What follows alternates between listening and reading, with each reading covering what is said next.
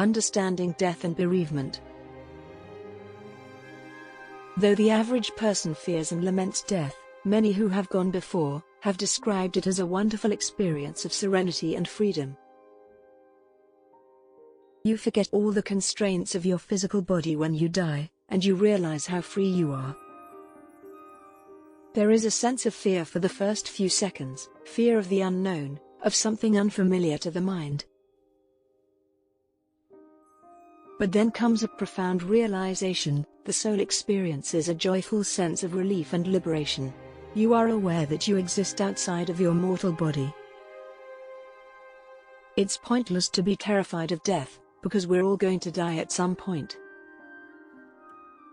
You don't dread the thought of losing consciousness of your body while sleeping. Instead, you welcome sleep as a condition of liberation to be enjoyed. Death is the same way. It is a state of rest, a retirement from this life. There's nothing to be afraid of. Laugh at death when it arrives. Death is nothing more than an opportunity to learn a valuable lesson. You cannot die. Our true self, our soul, is eternal. We may slumber for a little while, in the process known as death, but we will never be annihilated. We exist, and we will always exist. The wave approaches the land, before returning to the sea. It is not lost.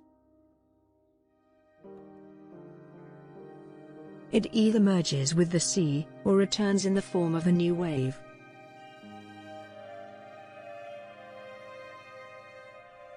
This body has arrived and will depart, but the soul essence, contained within it, will never vanish. Nothing has the power to put an end to that eternal consciousness. As science has demonstrated, even a single particle of matter, or a wave of energy is indestructible. Similarly, man's soul or spiritual essence is indestructible. The soul passes through altering experiences, just as matter does. Death is a term used to describe drastic changes, although death or a change in form does not alter or destroy the spiritual essence. The body is only a piece of clothing. How many times have you changed your clothes in your life, and yet not considered yourself to have changed? Similarly, you do not alter when you die, and no longer wear this body garb. The word death is a misnomer, because there is no such thing as death. When you've had enough of life, you just remove the overcoat of flesh, and return to the astral realm. Death is not the end, it is a form of temporary emancipation, granted to you when karma, the law of justice, judges that your current body and environment have served their purpose, or when you have become too tired or worn from suffering to carry the load of physical existence any longer. Death is a resurrection from the agonizing tortures of body into awakened peace and calmness for those who are suffering.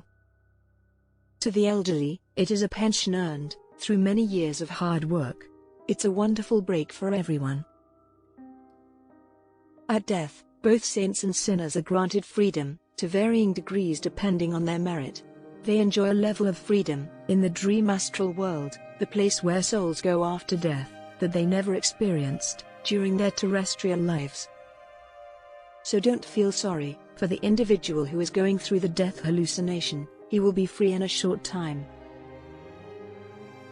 When he awakens from his trance, he realizes that death was not so horrible after all.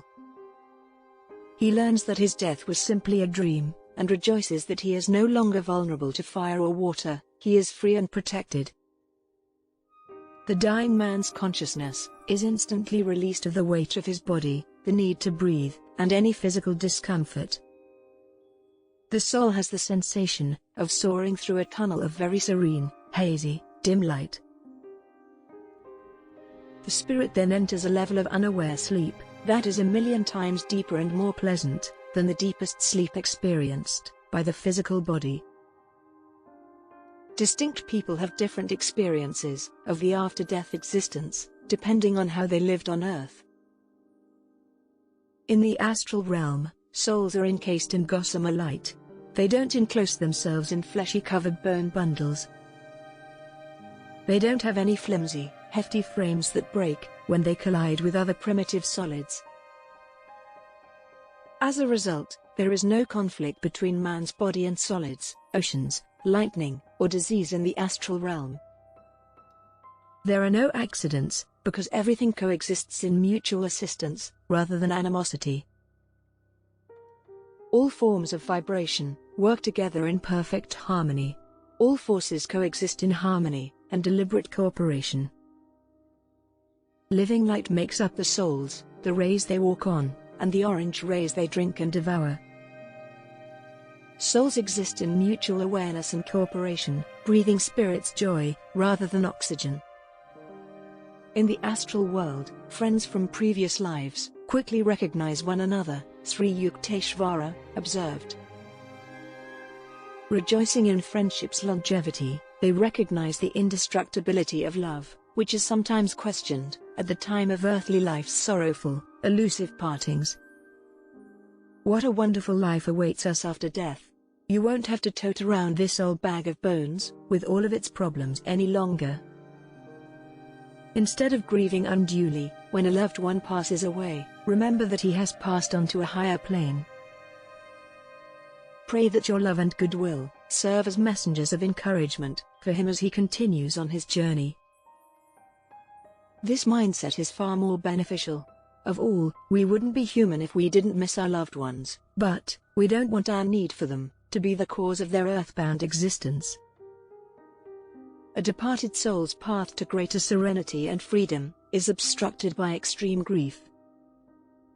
Send your love and well wishes to your loved ones as often as you feel moved, but at least once a year, possibly on a significant occasion.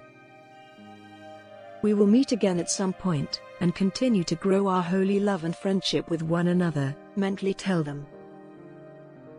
If you continue to give them love thoughts, you will undoubtedly run across them again in the future. You'll realize that this existence is just one link in an endless chain of your relationships with your loved ones.